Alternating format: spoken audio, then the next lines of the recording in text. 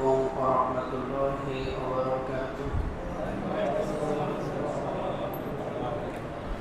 الحمد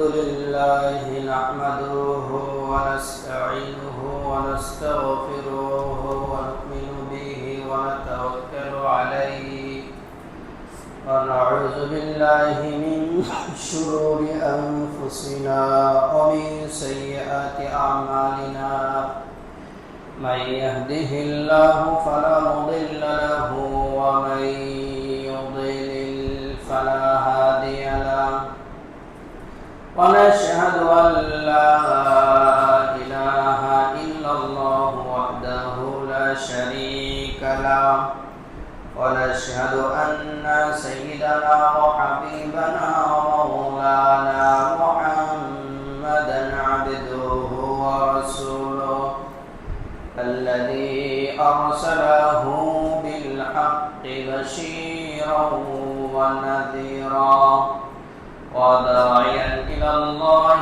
بإذنه وسراجا منيرا فقد قال الله تعالى في كلامه المجيد وفرقان الحميد أعوذ بالله من الشيطان الرجيم بسم الله الرحمن الرحيم إن عدة الشهور عند الله 12 شهرا في كتاب الله يوم خلق السماوات والأرض منها أربعة حرم ذلك الدين القيم فلا تظلموا فيهن أنفسكم وقاتلوا المشركين كافة كما يقاتلونكم كافة واعلموا أن الله مع المتقين.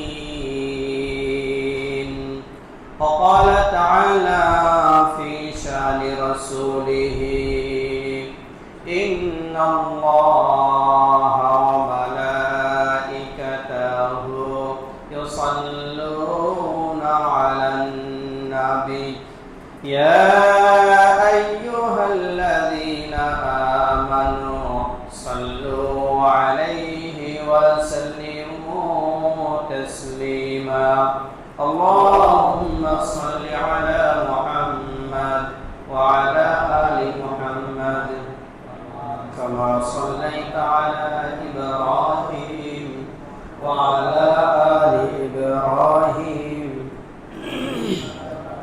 إنك حميد مجيد اللهم بارك على محمد وعلى آل محمد كما باركت على إبراهيم وعلى آل إبراهيم إنك حميد مجيد الحمد لله আল্লাহ সুবহানাহু ওয়া তাআলার দরবারে অসংখ্য অগণিত শুকর আদায় করছি যে মহান রব্বুল ইজ্জত ওয়াল জালাল আমাদেরকে শারীরিকভাবে সুস্থ থেকে দুনিয়ার সমস্ত ফিতনা ফাসাদ থেকে মুক্ত করে প্রতি সপ্তাহের ন্যায় এই সপ্তাহেও মসজিদে এসে জুমার সালাত আদায়ের জন্য বসা এবং কোরআন ও হাদিস থেকে কিছু কথা বলা ও শোনার তৌফিক যে মহান রব্বুল আলামিন আমাদেরকে দান করলেন সে মহান সত্তার দরবারে কালিমাতুল শুকর আদায় করছি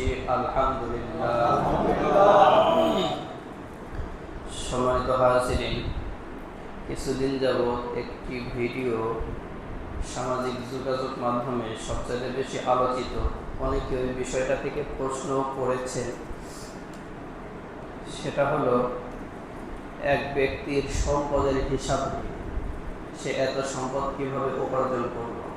পরবর্তীতে জানা গেল যে সে অবৈধভাবে তো সম্পদ উপার্জন করেছে। তাকে যখন জিজ্ঞেস করা হলো আপনি এই পদ্ধতিতে সম্পদ উপার্জন করেছেন, তখন একটা পর্যায়ে ওই লোক বলল, তো ঘটনা বলার উদ্দেশ্য না, এখান থেকে এই মাসালাটা বলার উদ্দেশ্য। তো ওই ব্যক্তি বলতেছে, হ্যাঁ আমি প্রশ্নপত্র ফাঁস করে দিয়ে এই পদ্ধতিতে আমি অর্থ উপার্জন করেছি, কিন্তু এই অর্থ আমি দিনের পথে খরচ করেছি। কিসের পথে? আল্লাহর রাস্তায় খরচ করেছি। তো এই বিষয়টাই অনেকে জানতে চাচ্ছে। তাহলে অসৎ পন্থায় উপার্জন করে, মনে করেন খেয়ানত করে, সুদের মাধ্যমে অর্থ উপার্জন করে, দুর্নীতির মাধ্যমে, ঘুষের মাধ্যমে, জুলমের মাধ্যমে অর্থ উপার্জন করে আল্লাহর রাস্তায় দিলে কি সেই সম্পদ পবিত্র হয়ে যায় কিনা?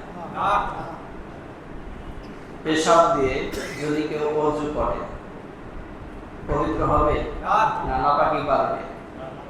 নাপাকি বাড়বে, পবিত্র হতে পারে না। তো তিরমিজির হাদিস রয়েছে এই ব্যাপারে। রাসূলুল্লাহ সাল্লাল্লাহু আলাইহি ওয়াসাল্লাম বলেছেন, লা তুকবালু সালাতুন বিগাইরি তুহুরিন ওয়ালা সাদাকাতুন মিন কুলুব। পবিত্রতা ছাড়া সালাত যেমনি ভাবে কবুল করা হয় না, পবিত্রতা ছাড়া একজন অপবিত্র ব্যক্তি পবিত্রতা অর্জন ছাড়া সালাত যদি আদায় করে, কিরাত যতই লম্বা করুক না কেন, সিজদা যতই লম্বা দিক না কেন, রুকু যতই লং করুক না কেন, এই ব্যক্তির সালাত কবুল হবে না, কারণ লোকটা অপবিত্র। ঠিক তেমনি ভাবে রাসূলুল্লাহ সাল্লাল্লাহু আলাইহি ওয়াসাল্লাম বললেন, কোন মানুষ যদি হারাম মাল দিয়ে সদকা করে, দান করে, এটা যদি মানে অর্ধ পৃথিবী না, তামাম পৃথিবীর সমপরিমাণ সম্পদ যদি হারাম মাল দ্বারা সদকা করা হয়, 1 পয়সারও সওয়াব হবে না। 1 পয়সারও সওয়াব হবে না।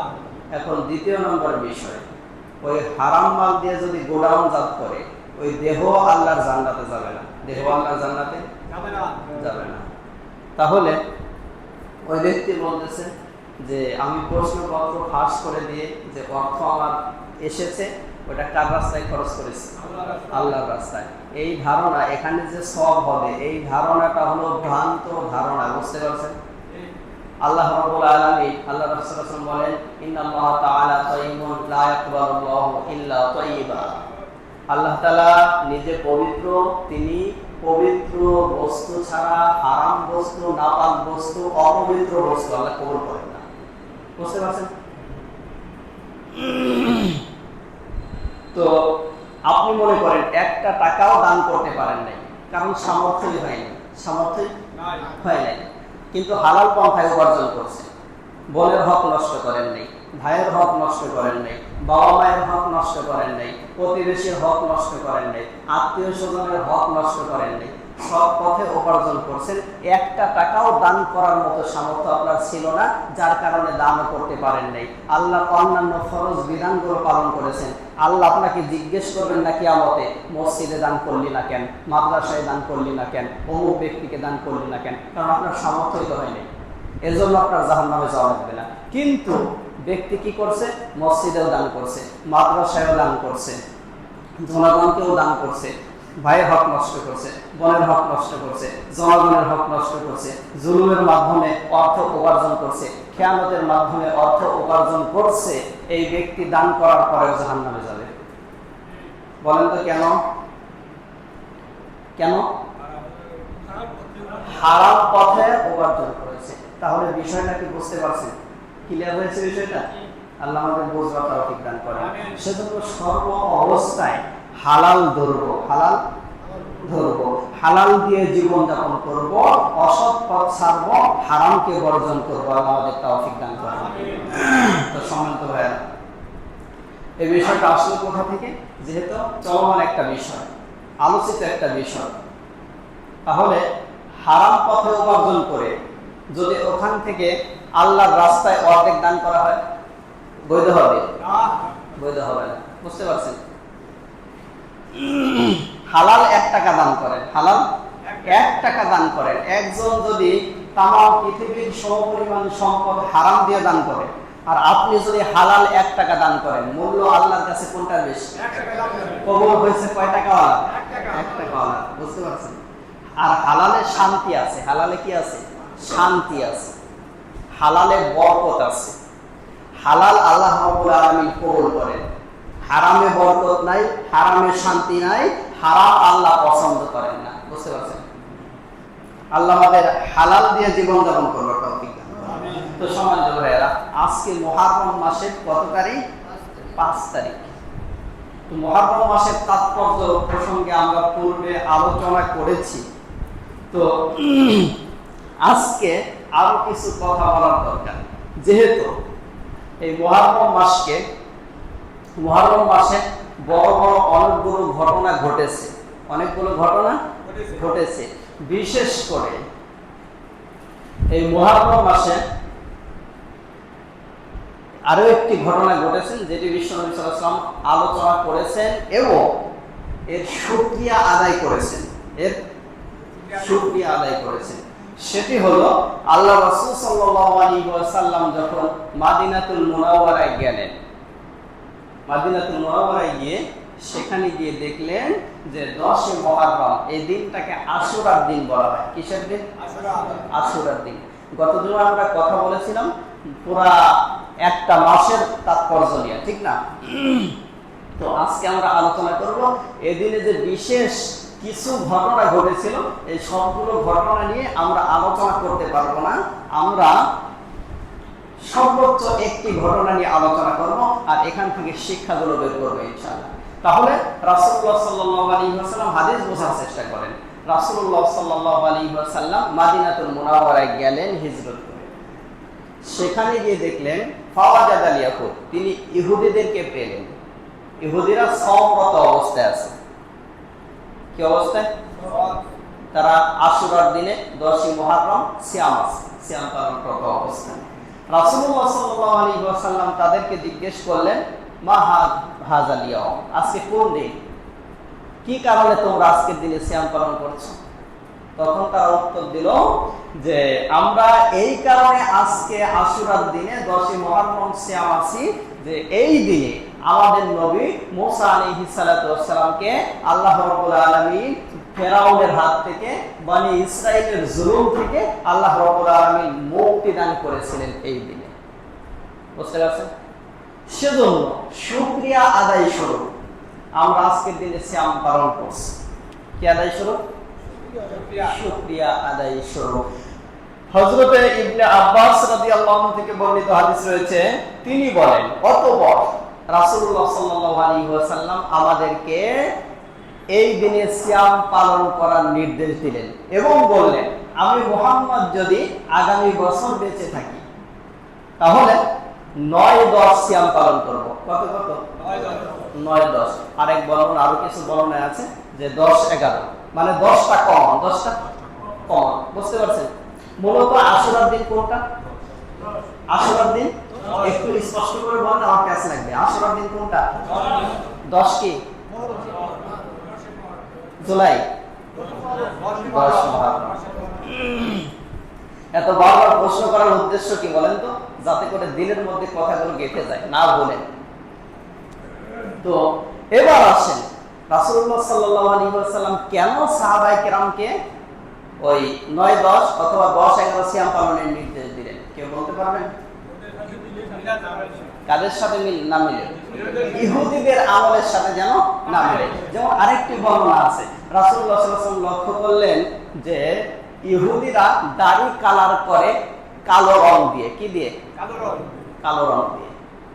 অথবা রাসূলুল্লাহ সাল্লাল্লাহু আলাইহি ওয়াসাল্লাম সাহাবীদেরকে নির্দেশ দিলেন, ওদের আমলের সাথে বিরোধিতা করতে হবে, ওদের আমলের সাথে আমাদের আমল যেন না মিলে, সেজন্য তোমরা কালো কালার বাদ দিয়ে অন্য যে কোনো কালার করতে পারো। বুঝতে পারছেন? তার মানে কি ইহুদিদের আমলের সাথে মিলা যাবে না। আল্লাহ রাসূল সাল্লাল্লাহু আলাইহি ওয়াসাল্লাম সিয়ামের ক্ষেত্রে সেই নির্দেশনা সাহাবায়ে কেরামকে দিলেন যে ইহুদিরা যেহেতু 10 তারিখে সিয়াম পালন করে, আর এই কথাও বললেন যে তোমরা এই দৃষ্টিকোণ থেকে সিয়াম পালন করেছো যে এই দিনে, আশুরার দিনে আল্লাহ তাআলা ফেরাউনের হাত থেকে, জালেমদের হাত থেকে, বনি ইসরাইলের হাত থেকে মুসা আলাইহিস সালাতু ওয়াস সালামকে মুক্তি দান করেছিলেন, এজন্য আজকের দিনে তোমরা সিয়াম পালন করছো। এই দৃষ্টিকোণ থেকে যদি তোমরা সিয়াম পালন করে থাকো, তাহলে তো আমি মুহাম্মদ তোমাদের চেয়ে বেশি হকদার সিয়াম পালন করার। কারণ হলো তিনিও নবী, আমিও নবী। বুঝতে পারছেন? আর নবী হিসাবে নবীদের সাথে একটা কানেকশন, একটা সম্পর্ক, একটা রিলেশন আছে কি নাই? আছে। অথবা আল্লাহ রাসূল সাহাবীদেরকে নির্দেশ দিলেন সিয়াম পালন করার। আর এই আশুরার দিনের সিয়াম, আশুরার দিনের সিয়ামের গুরুত্ব রাসূলুল্লাহ সাল্লাল্লাহু আলাইহি ওয়াসাল্লাম এত বেশি দিয়েছেন, মাহে রমজানের যে সিয়াম, এটা বাচ্চাদের ক্ষেত্রেও আল্লাহ রাসূল সাল্লাল্লাহু আলাইহি ওয়াসাল্লাম গুরুত্ব দিয়েছেন, এবং মাহে রমজানের পরে বাচ্চাদের ক্ষেত্রেও এই সিয়ামের গুরুত্ব দিয়েছেন রাসূলুল্লাহ সাল্লাল্লাহু আলাইহি ওয়াসাল্লাম সবচেয়ে বেশি। বুঝতে পারছেন? তাহলে বোঝা যায় কি সিয়ামটা পালন করার দরকার, ঠিক না? আর এখানে আরেকটা বিষয় শিক্ষণীয়, সেটা হলো ইহুদিদের আমলের সাথে যেন মুসলিমদের আমল মিলে না যায়, আল্লাহ রাসূল সাল্লাল্লাহু আলাইহি ওয়াসাল্লাম সেজন্য এদের খেলাফ কাজ করতে বলেন, এদের বিপরীত কাজ করতে বলেন, ঠিক না? নির্দেশ দিলেন এরকম। আজকে বড় পরিতাপের বিষয়, আজকে মুসলিম সন্তানরা চুল কাটার সময় দেখে রোনালদো কাটছে কিভাবে, মেসি কাটছে কিভাবে, আছে কি নাই? একটু লক্ষ্য করেন। আবার ওদের শিক্ষানীতি কোন গতিতে চলতেছে, ওদের শিক্ষা ব্যবস্থা কোন ধাঁচে চলতেছে, আছে কি নাই? ওই ধাঁচে আমাদেরকে চালাইতে হবে। ফলো করতেছে কাদেরকে? মেসি, নেইমার, ইহুদি খ্রিস্টানদেরকে। অথচ যাদের খেলাফ জীবন যাপন করতে বললেন, যাদের আমলের সাথে যেন মুসলিমদের আমল না মিলে, যার কারণে আল্লাহ রাসূল সাল্লাল্লাহু আলাইহি ওয়াসাল্লাম বিরোধিতা করতে বললেন, আজকে সেই উম্মত তাদেরকে অনুসরণ করতেছে। জান্নাতে যেতে পারবে তো না। ইহুদি খ্রিস্টান বেজাতিদের অনুকরণ করে সুন্নাত থেকে দূরে সরে গিয়ে কোন মানুষ জান্নাতে যাওয়ার আশা করা গাছে কাঁঠাল বসে দেন। বুঝতে পারছেন বিষয়টা? তো সম্মানিত ভাইরা, সেজন্য আমাদের ফিরে আসতে হবে কোন ক্ষেত্রে। কারণ আল্লাহ রাসূল সাল্লাল্লাহু আলাইহি ওয়াসাল্লাম এভাবে বলেছেন, আল মারউ মা'a মান আহাব্বা, যার সাথে যার মহব্বত তার সাথে তার কিয়ামত। বুঝতে পারছেন? কোন সম্প্রদায়, কোন ব্যক্তি যদি কোন জাতির সাথে সাদৃশ্যতা অবলম্বন করে, সাদৃশ্যতা বজায় রাখে, বেজাতিদের সাথেই মনে করেন কোন নামধারী মুসলিম যদি সাদৃশ্যতা অবলম্বন করে, তাদেরকে মডেল হিসাবে মানে, তাহলে ওই ব্যক্তির সাথে কিয়ামত হবে, ওই ব্যক্তির সাথে কিয়ামত হবে। সেজন্য যুবকরা সংশোধন হওয়ার দরকার। কি হওয়ার দরকার? সংশোধন হওয়ার দরকার। আমাদের মডেল, আমাদের আদর্শ হলো বিশ্বনবী মুহাম্মদ সাল্লাল্লাহু আলাইহি ওয়াসাল্লাম। এর বাহিরে গিয়ে সফল হওয়া সম্ভব না, মুক্তি কখনো সম্ভব না। তো সম্মানিত ভাইরা, তো এখন আসেন আমরা আশুরার দিনের সিয়ামের গুরুত্ব জানতে পারলাম। এর ফজিলতটা কি? আশুরার দিনে সিয়াম পালন করলে কি ফজিলত, লাভটা কি হবে, এখন জানার দরকার। রাসূলুল্লাহ সাল্লাল্লাহু আলাইহি ওয়াসাল্লাম বললেন, সিয়ামু ইয়াউমি আশুরা আহতাসিবু আল্লাহ আইয়ুকাফিরু as-সালাতা আল্লাতী ক্বাবলাহু।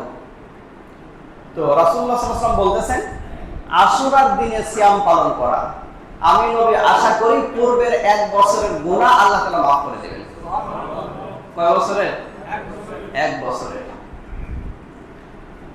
তো সেজন্য আমরা চেষ্টা করব 1 বছরের গুনাহ মাফ। চিন্তা করা যায় 1 বছরের গুনাহ মাফ আল্লাহ রাব্বুল আলামিন করে দিবেন।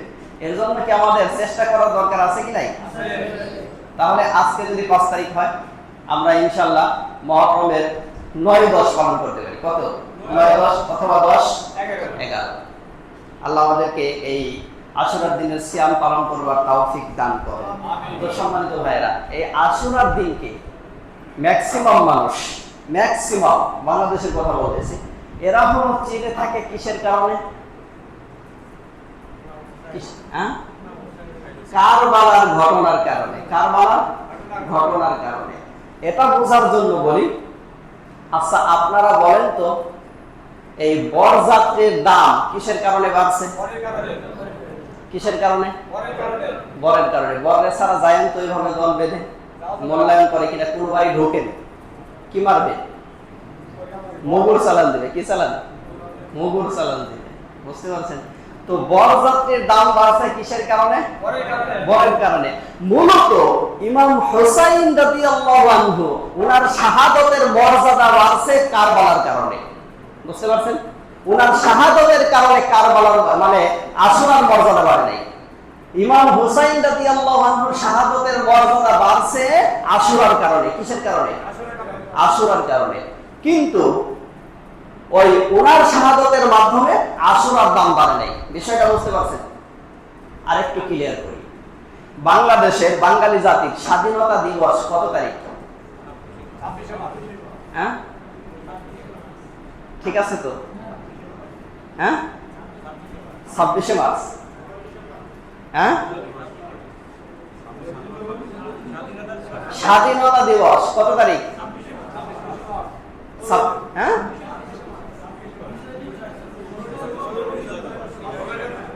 আচ্ছা, 16ই ডিসেম্বর কি দিবস? ঠিক আছে তো? এখন আসেন 16 আর স্বাধীনতা দিবস 26শে মার্চ। 26শে মার্চ হলো স্বাধীনতা দিবস, ঠিক না? এই দিনে কি হয়েছে? বাঙালি জাতিকে আল্লাহ রাব্বুল আলামিন কি করেছেন? আচ্ছা, স্বাধীনতা দিবস কত তারিখ? 26শে মার্চ। তো এখন আসেন এই দিনে স্বাধীন হয়েছে দেশ কত বছর আগে? হ্যাঁ, 50 বছরের উপরে হয়ে গেছে, ঠিক না? এই 50 বছর পরে গিয়ে যদি ওই দিনে স্বাধীনতা দিবসের দিনে আপনার এমন কোন ঘটনা ঘটে, কোন দুর্ঘটনা ঘটে জাতীয়ভাবে, কিভাবে? মনে করেন বন্যার কারণে, বন্যার পানিতে প্লাবিত হয়ে মনে করেন যে অনেক মানুষ মারা যায়, তাহলে এই দিনটার মূল্যায়ন কয়েক বছর পরে গিয়ে আপনারা কিভাবে করবেন? হ্যাঁ, এই দিনে কি আপনি আনন্দ উদযাপন করবেন না শোক উদযাপন করবেন? এটা করে এই দিনের মূল্যায়ন, এই দিনকে আপনি চিনাবেন জাতীয়ভাবে কিভাবে? আগেরটা, ঠিক না? তো হ্যাঁ, এটা হতে পারে যে এই দিনে আমাদের আনন্দের দিন, ঠিক না? আনন্দের দিনে কষ্টের একটা ঘটনা, একটা দুর্ঘটনা, একটা অ্যাক্সিডেন্ট ঘটে গেছে, যার কারণে তাদের জন্য দোয়া করব বা এই ঘটনাকে আমরা স্মরণ করাই দেব। এটাই তো, পিছনেরটা তো বলবো না, কারণ মূল জাতীয়ভাবে যে বিষয়টা আমরা পেয়েছি সেটা কি? স্বাধীনতা দিবস, ঠিক না? তো সম্মানিত ভাইরা, আজকে বড় পরিতাপের বিষয় কি জানেন? এই যে কারবালার একটা ঘটনা ঘটেছে, হ্যাঁ, একটা হৃদয় বিদারক ঘটনা, মর্মান্তিক ঘটনা। তার মানে মূল যে বিষয়টা ছিল আশুরার দিন, এই আশুরাকেই মানুষ ভুলে গেছে। বুঝেন নাই? তো আশুরার দিনে কি ঘটনা ঘটেছিল, মানে কারবালার কি ঘটনাটা ঘটেছিল, এটা এই ইতিহাস সংক্ষিপ্ত আকারে 5-7 মিনিট বা 10-15 মিনিট, আধা ঘন্টায় বর্ণনা করে শেষ করা অসম্ভব। তো আপনারা এতটুকু বিষয় মাথায় রাখেন, তাহলে ঘটনাটা বুঝতে, ইতিহাস বুঝতে আমাদের সহজ হবে ইনশাআল্লাহ। তো আল্লাহ রাসূল সাল্লাল্লাহু আলাইহি ওয়াসাল্লাম ওনার ইন্তেকালের পরে তো সর্বসম্মতিক্রমে আল্লাহ রাসূল যেহেতু কাউকে খলিফা নির্বাচন করে যান, খলিফা হলেন কে? আবু বকর রাদিয়াল্লাহু আনহু। ওনার ওফাতের পরে হযরত ওমর রাদিয়াল্লাহু আনহু খলিফা হলেন। ওমর রাদিয়াল্লাহু আনহুর ওফাতের পরে, ইন্তেকালের পরে খলিফা হলেন হযরত উসমান রাদিয়াল্লাহু আনহু। বুঝতে পারছেন বিষয়টা? উসমান রাদিয়াল্লাহু আনহুর ইন্তেকালের পরে খলিফা হলেন হযরত আলী রাদিয়াল্লাহু আনহু। আলী রাদিয়াল্লাহু আনহুর ইন্তেকালের পরে ওনার ছেলে হযরত হাসান রাদিয়াল্লাহু আনহু খলিফা হলেন। আমি সংক্ষিপ্ত আকারে বলছি। তো হাসান রাদিয়াল্লাহু আনহু খলিফা হওয়ার পরে উনি দেখলেন গৃহযুদ্ধ লেগে গেছে। এর কারণ আছে, কারণ বর্ণনা করতে পারছি না, সময় শর্ট। তো গৃহযুদ্ধ শুরু হয়ে গেছে। তৎকালীন সময় আপনার ইরাকের যে আপনার গভর্নর ছিলেন হযরতে মুআবিয়া রাদিয়াল্লাহু আনহু। তো গৃহযুদ্ধ বন্ধ করার জন্য এখানে আমাদের জন্য শিক্ষা আছে। হযরতে হাসান রাদিয়াল্লাহু আনহু ওনার খেলাফতের বয়স যখন নাকি খলিফা হওয়ার বয়স 6 মাসের মতো, কত মাস? 6 মাসের মতো। তখন এই গৃহযুদ্ধ এই দিকে তাকিয়ে উনি কি করলেন, হযরতে মুআবিয়া রাদিয়াল্লাহু আনহুর কাছে বায়াত গ্রহণ করে উনি ক্ষমতা হস্তান্তর করলেন। বুঝতে পারলেন? তো আর আমাদের অবস্থা কি দেখছেন, নিজে ত্যাগ স্বীকার করলেন, নিজে ক্ষমতা ছেড়ে দিলেন, কিসের কারণে?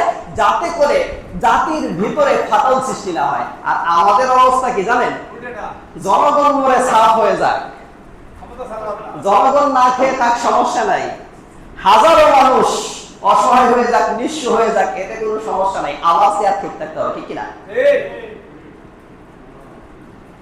এদের মুখে মানবতার কথা মানায় না, শোভা হয় না। তো সম্মানিত ভাইয়েরা, আর সাহাবীর অবস্থা দেখলেন যে জাতির ভিতরে যেন ফাটল সৃষ্টি হয়ে গেছে, জাতির ভিতরের দূরত্ব যেন কমে যায়, সেজন্য আমি নিজে কি করলাম, পদত্যাগ করলাম, ক্ষমতা অন্যের হাতে হস্তান্তর করলাম। এখন আসেন মুআবিয়া রাদিয়াল্লাহু আনহু, উনি 20 বছর চালাইলেন। কত বছর? 20 বছর। তো মুআবিয়া রাদিয়াল্লাহু আনহু ওই 20 বছর শাসন আমলে মুসলিমদের অবস্থা অনেক ভালো হয়ে গেল অল সাইড দিয়ে। তো ওনার ইন্তেকালের আগে উনি কি করলেন, ওনার ছেলে ইয়াজিদকে তিনি খলিফা মনোনীত করে গেলেন। মুআবিয়া রাদিয়াল্লাহু আনহু ইন্তেকালের পরে ওনার ছেলে ইয়াজিদ ক্ষমতায় আসলো। কিসে আসলো? ক্ষমতায় আসলো। এবার ক্ষমতায় আসার পরে মুআবিয়া রাদিয়াল্লাহু আনহু ইন্তেকাল করলেন। এদিক দিয়ে কুফার কিছু মানুষ এবং আপনার ইরাকের বিপুল সংখ্যক মানুষ ইয়াজিদের কাছে বায়াত গ্রহণ করলো না, তাকে খলিফা হিসেবে মানলো না। এবার হুসাইন রাদিয়াল্লাহু আনহু, মদিনার কিছু মানুষ, মক্কার কিছু মানুষ, ওনারাও কি করলেন, ইয়াজিদকে খলিফা হিসেবে মানলো না, বায়াত গ্রহণ করলেন না। হুসাইন রাদিয়াল্লাহু আনহু তখন মদিনায় ছিলেন, মদিনা থেকে তিনি মক্কায় আসলেন। এমন অবস্থায় কুফা থেকে ওনাকে পত্র লেখা হয়েছে, চিঠি লেখা হয়েছে, ওনার কাছে চিঠি পাঠানো হয়েছে যে আমরা কুফাবাসী আপনাকে খলিফা হিসাবে মানি। কাকে? খলিফা হিসাবে মানি। আর আমাদের ইরাকের অবস্থা খুব ভয়ানক, ইয়াজিদের কর্মকাণ্ড ভালো না, সেজন্য আপনি সুন্নাতকে পুনরুজ্জীবিত করার জন্য অনতিবিলম্বে আপনি ইরাকে ঢোকেন, আমরা আপনার কাছে বায়াত গ্রহণ করবো। কার কাছে? এভাবে পত্র একটার পর একটা যেতেই থাকলো। হুসাইন রাদিয়াল্লাহু আনহু ওনার পরিবার পরিজনের সাথে পরামর্শ করে বললেন আমার তো যেতে হবে ইরাকে, কারণ ইরাকবাসী আমাকে ডাকছে।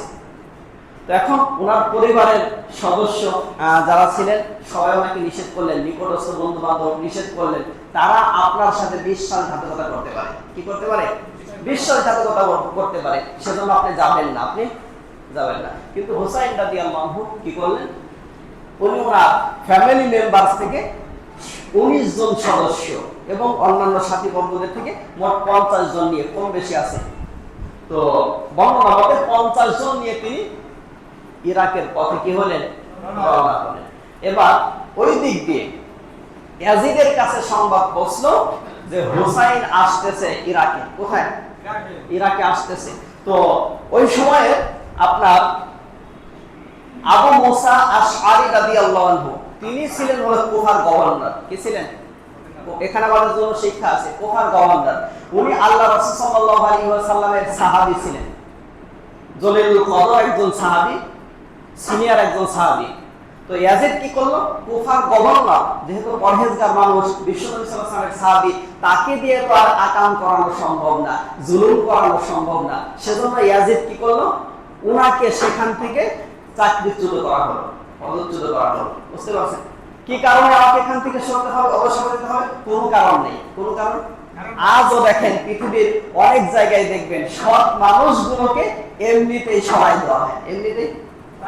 কিসের কারণে বলেন তো? যাতে করে জালেমগুলো ওই কেসেমের জালেমদেরকে বসায়া দুর্নীতি, জুলুম, অত্যাচার 180 মাইল গতিতে করতে পারে, প্রতিবাদ করার মতো কেউ না থাকে। ঠিক কিনা? ঠিক একই পদ্ধতিতে ইয়াজিদ অবলম্বন করলো। এবার ওখানে এনে বসাইলো উবাইদুল্লাহ বিন জিয়াদকে। কাকে? এখানে প্রত্যেকটা বিষয় আমাদের শিক্ষা আছে। উবাইদুল্লাহ বিন জিয়াদকে, এই জালেমটাকে বসানো হলো, আপনার কুফার গভর্নর বানানো হলো। এবার উবাইদুল্লাহ বিন জিয়াদকে বলা হলো হুসাইন যেন কোনোভাবেই ইরাকে প্রবেশ করতে না পারে তাকে প্রতিহত করতে হবে। তাকে কি করতে হবে? হুসাইন রাদিয়াল্লাহু আনহুর সাথে সাথী ছিল কতজন? মতান্তরে 50 জন। হুসাইন রাদিয়াল্লাহু আনহু কুফার মধ্যে গেলেন, প্রবেশ করলেন। এবার উবাইদুল্লাহ বিন জিয়াদ 4000 সেনাবাহিনী নিয়ে হুসাইন রাদিয়াল্লাহু আনহুকে প্রতিহত করতে লাগলেন। কয় হাজার? ঘেরাও করে ফেললো চতুর্দিক থেকে। হুসাইন রাদিয়াল্লাহু আনহু বললেন, কি ব্যাপার, তোমরাই তো আমাকে দাওয়াত দিয়ে এনেছো, এখন এ কেমন আচরণ? আর আমাকে তো চেনোই, আমি আল্লাহ রাসূল সাল্লাল্লাহু আলাইহি ওয়াসাল্লামের নাতি। আল্লাহ রাসূল সাল্লাল্লাহু আলাইহি ওয়াসাল্লাম আমার এবং আমার ভাইয়ের প্রসঙ্গে বলেছেন যে আমরা জান্নাতের যুবকদের নেতা। চিন্তা করছেন, আমরা তো যুদ্ধ করতে আসি নাই, তোমরা আমাদেরকে দাওয়াত দিয়ে এনেছো, সেজন্য এসেছি। তো তোমাদের সাথে যুদ্ধের কোনো প্রিপারেশন নাই, আর তোমরা মুসলিম, তোমাদের সাথে যুদ্ধ কেন করব? তো তিনটি কথা তখন হুসাইন রাদিয়াল্লাহু আনহু বলেছিলেন। কয়টি? তিনটি প্রস্তাব দিয়েছিলেন। কয়টি? তিনটি প্রস্তাব। এক নাম্বার হলো, আমরা যেহেতু যুদ্ধ করতে আসি নাই, ইয়াজিদের কাছে যেতে দাও, তার সাথে কথা হোক, তারপরে যেটা হয় হবে। আর দুই নম্বর বিষয় হলো, তাহলে আমাদেরকে ছেড়ে দাও, আমরা সীমান্তে গিয়ে কাফেরদের সাথে যুদ্ধ করি। তৃতীয় নম্বর প্রস্তাব হলো, আমাদেরকে ছেড়ে দাও, আমরা মদিনায় চলে যাই। কিন্তু এই প্রস্তাব তাৎক্ষণিকভাবে উবাইদুল্লাহ বিন জিয়াদ মেনেও নিয়েছিল, কিন্তু সাথে ছিল আপনার ইয়াজিদ, সীমার ছিল। কে ছিল? সীমার পরামর্শ দিতেছিল যে একে যদি ছেড়ে দাও তাহলে তো তোমার শিকার হাত ছাড়া হয়ে যায়, আর একে যদি হত্যা করো তাহলে তোমার প্রমোশন হবে। কি হবে? তুমি তো মানে বাদশার খলিফার নিকটের লোক হয়ে যাবে, তোমার প্রমোশন হবে, ও নেক নজর দিবে তোমার দিকে। তো তখন উবাইদুল্লাহ বিন জিয়াদ বলল, না, তোমাকে ছাড়া যাবে না। তো হুসাইন রাদিয়াল্লাহু আনহু নিজের সম্ভ্রম এবং নিজের ফ্যামিলির সম্মান রক্ষার্থে তিনি যুদ্ধ করতে লাগলেন। কি করতে লাগলেন? যুদ্ধ করতে লাগলেন। একটা পর্যায়ে যুদ্ধ করতে করতে এই আশুরার দিনে কি হুসাইন রাদিয়াল্লাহু আনহু তাকে শহীদ করা হলো, নির্মমভাবে শহীদ করা হলো। ঘটনা বর্ণনার উদ্দেশ্য না শিক্ষা উদ্দেশ্য। নির্মমভাবে শহীদ করে তার মস্তককে বর্ষার সাথে লাগিয়ে ইয়াজিদের দরবারে নিয়ে যাওয়া হলো। কার দরবারে? ইয়াজিদের কাছে। তো ইয়াজিদের কাছে নেওয়ার পর ইয়াজিদ কিন্তু এই কথা বলেছিল, আমি তো বলেছি যে হুসাইন যেন আপনার কুফার মধ্যে ইরাকে যেন প্রবেশ করতে না পারে, তাকে প্রতিহত করো। তার মানে তাকে যে হত্যা করো এটা তো আমি বলিনি, এটা আমি বলিনি। তো এখন আসেন, হুসাইন রাদিয়াল্লাহু আনহু ফ্যামিলি সদস্য যারা ছিল তাদেরকে শহীদ করা হলো। শুধুমাত্র একজন জীবিত ছিল। কয়জন? একজন। 19 জন সদস্যের ভিতর থেকে মাত্র একজন জীবিত ছিল, জয়নুল আবেদিন। তিনি ব্যতীত সকলকে এইভাবে নির্মমভাবে কি করা হয়েছে? হত্যা করা হয়েছে। তো সম্মানিত ভাইরা, তো এখানে আমাদের যে সমস্যা, আমাদের সমস্যা কি আমরা না বোঝার কারণে, ধর্মীয় জ্ঞান, ইতিহাসের নলেজ আমাদের না থাকার কারণে আমরা সাহাবীদেরকে দোষারোপ করে থাকি। কি করে থাকি? তো এখানে খারেজিদের একটা আকীদা, ওরা সাহাবীকে, এই ঘটনাকে কেন্দ্র করে আল্লাহর নবীর অনেক সাহাবীদেরকে গালিগালাজ করে, যেটা ঈমান নষ্টের কারণ হয়ে দাঁড়ায়। কি নষ্টের কারণ? সাহাবীদের মর্যাদা কেমন তা কি জানেন? আল্লাহ রাসূল সাল্লাল্লাহু আলাইহি ওয়াসাল্লাম বলতেছেন, আস-সাহাবাতু কান-নুজুম, ওই যে আকাশে তারকা এক একটা নক্ষত্রের মতো এক একজন সাহাবীর মর্যাদা। বুঝতে পারছেন? তো সেই সাহাবীদেরকে যারা গালিগালাজ করে, যারা বাজে মন্তব্য করে সাহাবীদেরকে নিয়ে, এদের ঈমান থাকতে পারে? কথা বলেন। তো এই যে আপনার শিয়া সম্প্রদায় যারা আছে এবং খারেজি যারা আছে, খারেজিদের পরিচয় আজকে দিতে পারলাম না, খারেজি যারা আছে, এই ঘটনাকে কেন্দ্র করে এরা সাহাবীদেরকে গালিগালাজ করে। বিশেষ করে হযরতে মুআবিয়া রাদিয়াল্লাহু আনহুকে কাফের পর্যন্ত বলে। কি বলে? চিন্তা করা যায়? তো সম্মানিত ভাইরা, একজনের পাপের বোঝা কি আর একজন বহন করবে? কথা বলেন। ছেলে অন্যায় করছে, এর পাপের বোঝা কি বাপ বহন করবে? তারপরে বাপ অন্যায় করছে, এর পাপের ফল কি সন্তান ভোগ করবে? কথা বলেন। সন্তান ভোগ করবে না, কারণ আল্লাহ রাব্বুল আলামিন স্পষ্টভাবে বললেন, ওয়ালা তাজিরু ওয়াজিরাতু উযরা উখরা, একজনের পাপের বোঝা অন্যজন বহন করবে না। তো সম্মানিত ভাইরা, সেজন্য এই যে দেখেন, শিয়াদের এবং খারেজিদের আরো কিছু কর্মকাণ্ড আছে। এরা এই দিনে শোক পালন করে থাকে। কি করে থাকে? কিসের শোক পালন করে? হুসাইন রাদিয়াল্লাহু আনহু কি করা হয়েছে? আর আমাদের দেশে কিছু মানুষ ওদের জ্ঞান না থাকার কারণে ওরা শিয়া এবং খারেজিদের অনুসরণ করে সুন্নাত থেকে দূরে সরে গিয়ে, ঠিক কি না? আপনি দেখবেন এই মুহররম মাস যে বাংলাদেশে আসে বোঝা যায় কিভাবে, কালো কাপড়ের পায়জামা পরে, তারপরে কালো কাপড়ের ওড়না লাগায়া, তারপরে হলো লাল কাপড়ের পাঞ্জাবি পরে, ওযু নাই, গোসল নাই, পাক নাই, পবিত্রতা নাই, ঘামে ভিজে আপনার দেখবেন ওই যে মুহররমের 1 তারিখ থেকে নিয়ে শুরু করছে পাগলামি, আসে কি নাই? আবার 10 মুহররম আশুরার দিন যখন আসবে ওরা তাজিয়া মিছিল করবে। কি মিছিল? তাজিয়া মিছিল করবে, নিজের শরীরকে ক্ষত বিক্ষত করে মাটিতে গড়াগড়ি করে মাতম করে কান্নাকাটি করবে, সব পালন করবে, ঠিক কি না? আবার হাই ইমাম হাই হোসেন আছে কি নাই? আছে। কথা বলেন। এদেরকে আবার আপনি বলতে পারেন এই ধরনের মানুষ তো আমরা এখানে নাই, কিন্তু এদেরকে সাপোর্ট দেওয়ার মতো মানুষ এখানে থাকতে পারে। চুরি করা আর হলো চোরকে সমর্থন করা সমান অপরাধী, সমান অপরাধী, বুঝতে পারছেন? তো এদেরকে খাবারের ব্যবস্থা করে দিবেন, এদেরকে হাদিয়া দিবেন, এদেরকে সাপোর্ট দিবেন, এদেরকে অর্থ করে দিবেন, ওরা ওই পাপ কাজে জড়িত হয়ে যত অপরাধ ও আমলনামায় লেখা হচ্ছে আপনার সাপোর্টের কারণে আপনি সমান অপরাধী। এখন আসেন ওদের প্রসঙ্গে দেখি হাদিস কি বলে। আল্লাহ রাসূল সাল্লাল্লাহু আলাইহি ওয়াসাল্লাম বলতেছেন, লাইসা মিন্না মান দারাল খুদুদ ওয়া শাক্কাল দুয়ুব ওয়া দাআ বিদাওয়াল জাহিলিয়া। হাদিসটি মুসলিমে আছে। রাসূলুল্লাহ সাল্লাল্লাহু আলাইহি ওয়াসাল্লাম বলেন, ওই ব্যক্তি আমি রাসূলের উম্মতের অন্তর্ভুক্ত নয় যে ব্যক্তি মৃত ব্যক্তিকে কেন্দ্র করে মাতম করে কান্নাকাটি করে, বুকে আঘাত করে, মুখে আঘাত করে, বুক চিরে, তারপরে মাটিতে গড়াগড়ি করে, তারপরে গীতের সুরে গানের সুরে আপনার তালে তালে কান্নাকাটি করে, এরা আমি রাসূলের উম্মত নয়। সুতরাং এরা কখনো সুন্নাত থেকে দূরে সরে গিয়ে এই জাহিলি যুগের মানুষের মতো কর্মকাণ্ডে লিপ্ত হয়ে কখনো এরা মুসলিম উম্মত থাকতে পারে না, আল্লাহ রাসূলের উম্মত থাকতে পারে না। বুঝতে পারছেন বিষয়টা? এটা মুসলিমদের কর্মকাণ্ড নয়, এটা শিয়া এবং খারেজিদের কর্মকাণ্ড। বুঝতে পারছেন? কি আপনাদের এলাকায় নাই এগুলা? আছে। কথা বলেন, আছে? একজন মানুষ মারা গেলে তার জন্য 3 দিন শোক পালন করা যাবে। কয়দিন? 3 দিনের উপরে শোক পালন করা ইসলামে জায়েজ নেই। তাহলে ওরা যে শোক পালন করতেছে বছরের পর বছর, যুগের পর যুগ, মাসের পর মাস চলতেছে, এগুলা সুন্নাহ সম্মত নয়। এগুলা এই আদর্শ হলো শিয়া এবং খারেজিদের। বুঝতে পারছেন? কোন মুসলিম এই কাজগুলো করতে পারে না। আবার কিছু কুসংস্কার আছে এই মুহররম মাসে। অনেকে ফোন করে আমাকে বলেছেন, হুজুর এই মাসে কি বিবাহ আছে? এই মাসে আপনারা বলেন এই মাসে কি খাওয়া দাওয়া আছে?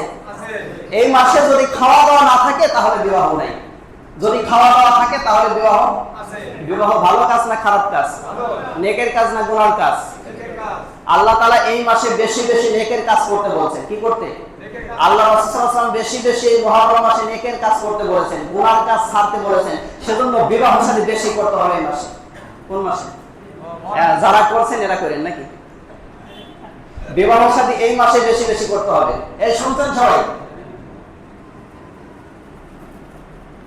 তো সম্মানিত ভাইয়েরা, তারপরে এই মাসে আমাদের গুনাহ ছাড়তে হবে। কি ছাড়তে হবে? ওই সূরা তাওবার মধ্যে আল্লাহ তাআলা বলেন, ফালা তাজলিমু ফীহিন্না আনফুসাকুম, তোমরা গুনাহ ছেড়ে দাও। কি ছাড়তে হবে? নিজের উপরে জুলুম, এই জাতীয় যত গুনাহ আছে, কবিরা গুনাহ, সগীরা গুনাহ সব তোমরা ছেড়ে দাও। তারপরে হলো আশুরার দিনে সিয়াম আমরা পেলাম। কিসের? আশুরার দিনে সিয়াম পালনের পদ্ধতিও বলেছি। তারপরে বেশি বেশি নেক কাজ করা, বেশি বেশি নেক কাজ করা। আর তাজিয়া মিছিল, তারপরে মাতম করে কান্নাকাটি করা, এই অপবিত্র অবস্থায় তারা ঘোরাফেরা করতেছে, নামাজ নাই, রোজা নাই, পাক পবিত্রতা নাই, শোক পালন করতেছে, এগুলো কখনো আল্লাহ রাসূলের উম্মত হতে পারে না। এগুলোকে যারা সাপোর্ট দেয় ওরাও আল্লাহ রাসূলের উম্মত হতে পারে না। বুঝতে পারছেন? আমি তো বললামই, চুরি করা আর চোরকে সমর্থন করা, সাপোর্ট দেওয়া, উভয় কি অপরাধী। সেজন্য এ জাতীয় শয়তানি কর্মকাণ্ড থেকে আমাদের বেরিয়ে আসতে হবে। যদি আপনি বেরিয়ে না আসেন তাহলে আল্লাহ রাসূলের উম্মত হতে পারবেন না। বুঝতে পারছেন? তো সম্মানিত ভাইরা, আল্লাহ সুবহানাহু ওয়া তাআলা আমাদের সকলকে আলোচিত বিষয় থেকে শিক্ষা নিয়ে আমল করবার তৌফিক দান করেন। যারা সালাত আদায়